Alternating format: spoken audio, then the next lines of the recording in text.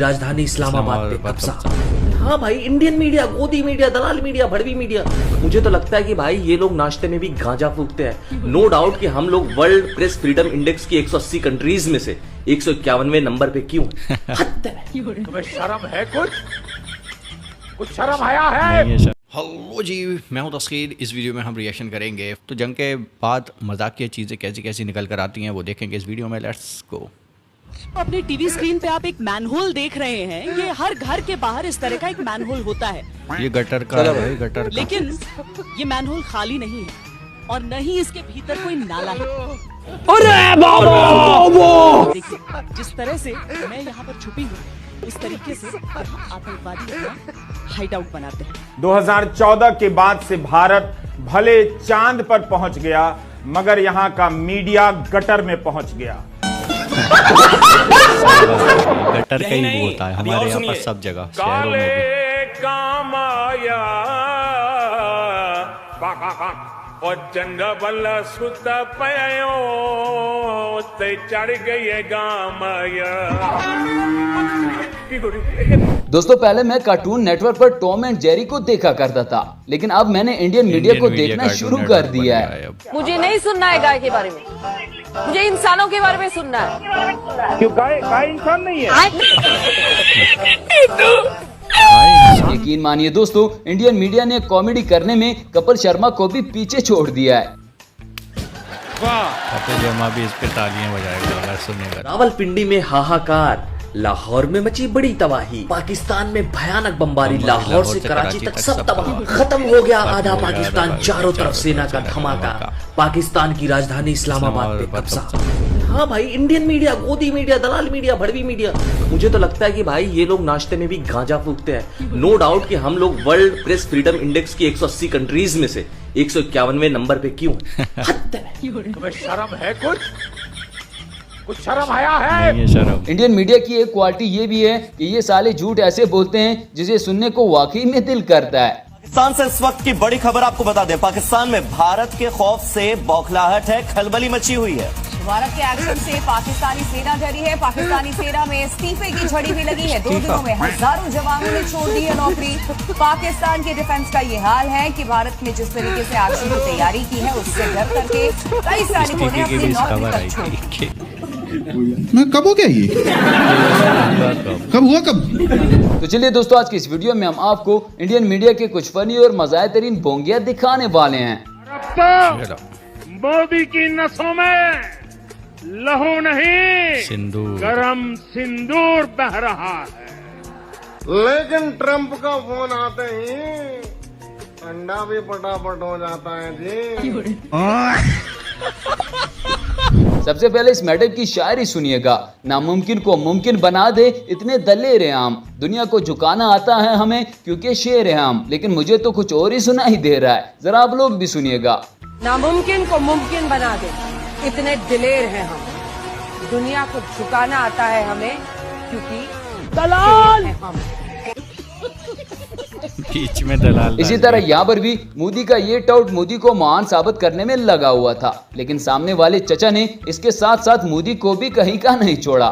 मोदी जी बच्चे थे तब तक मुसलमानों को इतना सर पे नहीं चढ़ाया था। ओहो, कोई सेंसेस बात? क्योंकि तब ये देश सेकुलर नहीं था। अभी मजा आएगा ना भिड़ो। जब मोदी जी मगरमच्छ पकड़ते थे तब मुसलमान डरे हुए थे। यहाँ पे एक बात भूल गए, तब देश आजाद भी नहीं था। आजादी 2014 में मिली है।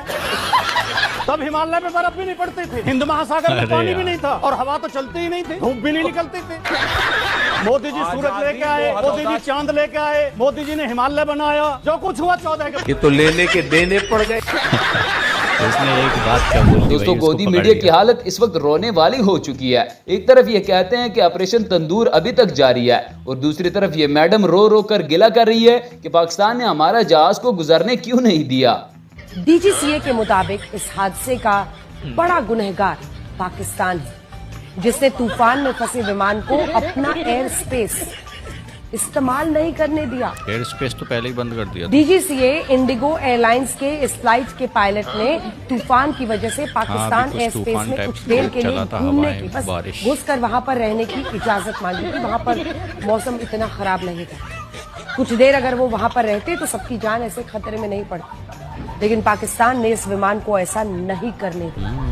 यही नहीं दोस्तों, इंडिया की आवाम के साथ भी वही हुआ जो 8 फरवरी को पीटीआई के साथ हुआ था। रात को इंडिया जीत रहा था, सुबह देखा तो रिजल्ट ही कुछ और निकल आया। पाकिस्तान में 9 जगहों पर हमला किया। तो भाई ये पाकिस्तान भी अच्छी तरह जानता है कि पाकिस्तान इंडिया का कुछ बिगाड़ नहीं सकता। पाकिस्तान की आर्मी इंडिया के सामने कहीं टिकती ही नहीं है। मैं तो कहता हूं कि फौरन ही शहबाज शरीफ को इंडिया आना चाहिए, मोदी जी के साथ बैठना चाहिए, मोदी जी के सामने हाथ जोड़ने चाहिए, मोदी जी से कहना चाहिए कि बड़े भाई हमसे गलती हो गई, हम आपके सामने कहीं भी नहीं टिकते, हमें तो आप अपनी शरण में ले लो। 9 और 10 की रात पाकिस्तान ने इंडिया पर हमला बोल दिया। जहां देखो वहां मिसाइल फट रहे थे, ड्रोन फट रहे थे, बमबारी हो रही थी। अगर आपने पाकिस्तान के हमले के बाद सीज फायर किया है तो इसका क्या मतलब निकलता है? तो इसका मतलब ये निकलता है कि भाई आप पाकिस्तान से डर गए, पाकिस्तान ने आप पे स्ट्राइक किया, आपने वापसी स्ट्राइक नहीं किया और डर करके सीज फायर कर लिया। पूरे पाकिस्तान में जुलूस निकाले जा रहे हैं, पाकिस्तान की वाहवाही हो रही है। जो वर्ल्ड मीडिया है वो भी यही कह रहा है कि कल रात को पाकिस्तान ने हमला किया था और आज इंडिया ने सीज फायर कबूल कर लिया है। लो जी दोस्तों, लगता है मोदी ने भी गलती से अपना गोदी मीडिया देख ही लिया है। इसने तो लाहौर के बाद रहीम यार खान में एयरबेस बनाकर उड़ा भी दिया है। लाहौर ने समंदर और पोर्ट छुपाया और रहीम यार खान वालों ने एयरबेस। मुझे तो अब इन दोनों शहरों पर इतबार ही उठ गया है। दूर सीमा पार पाकिस्तान का रहीम यार खान एयरबेस है, पता नहीं आगे कब खुलेगा। आईसीयू में पड़ा है। वहां पर एयरबेस नहीं है क्या? सच में प्रहार ने इस एयरबेस को तहस नहस कर दिया है। चलो चलो जाके इलाज कराओ अपना। दोस्तों, जैसा कि आपको पता है कि गोदी मीडिया हर वक्त हिंदू और मुसलमान के नाम पर टीआरपी लेते हैं, लेकिन इस मुस्लिम भाई ने तो गोदी मीडिया के हिंदू मुसलमान वाली टीआरपी पर पानी फेर दिया है, वो भी नॉन स्टॉप आशीर्वाद के साथ। आपकी प्रतिक्रिया इस पर? बिस्मिल्लाहिर्रहमानिर्रहीम, रब्बी इश्रह ली सदरी व यस्सिर ली अमरी वहलुल उक़दतन मिन लिसानी यफ़क़हू क़ौली। बिरादरान हिंद, अस्सलाम वालेकुम रहमतुल्लाहि व बरकातहू। जय श्री राम, भारत माता की जय। अंजना जी, इसने पहले ही बोल दिया। हनुमान जी की माता जी के नाम पर है। मैं 2 मिनट नॉन स्टॉप का आशीर्वाद आपसे चाहूंगा बस।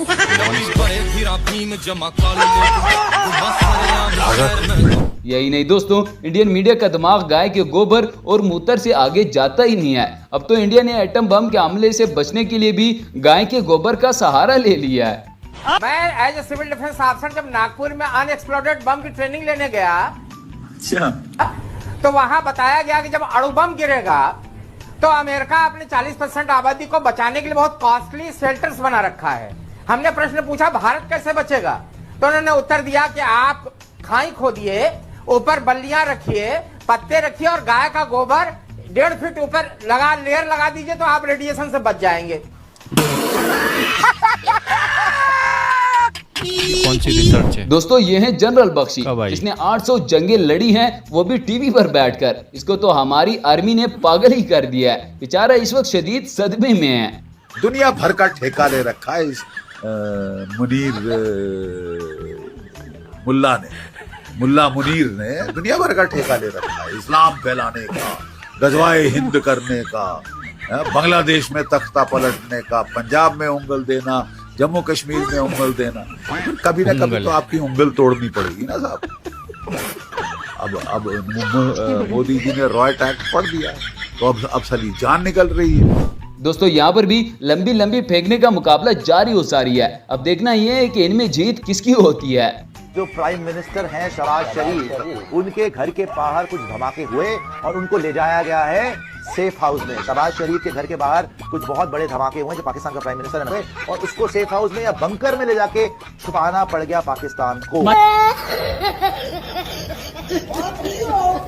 दोस्तों, ये थी आज की हमारी वीडियो। उम्मीद है आपको पसंद आई होगी। फनी इंडियन मीडिया रिएक्शंस और जंग के बाद भी कुछ चीज़ें निकल कर आ रही हैं, जैसा कि हमने देखा कि वो गटर वाला सीन, ये तो हमारी मीडिया में भी जो सेपरेट चैनल है ना, इंडिविजुअल जो अलग हो गए हैं ऐसे चैनल से, रिपोर्टर्स, वो भी इसके बारे में काफ़ी चर्चा कर चुके हैं, डिस्कशन कर चुके हैं कि हमारी मीडिया ने किया क्या है भाई।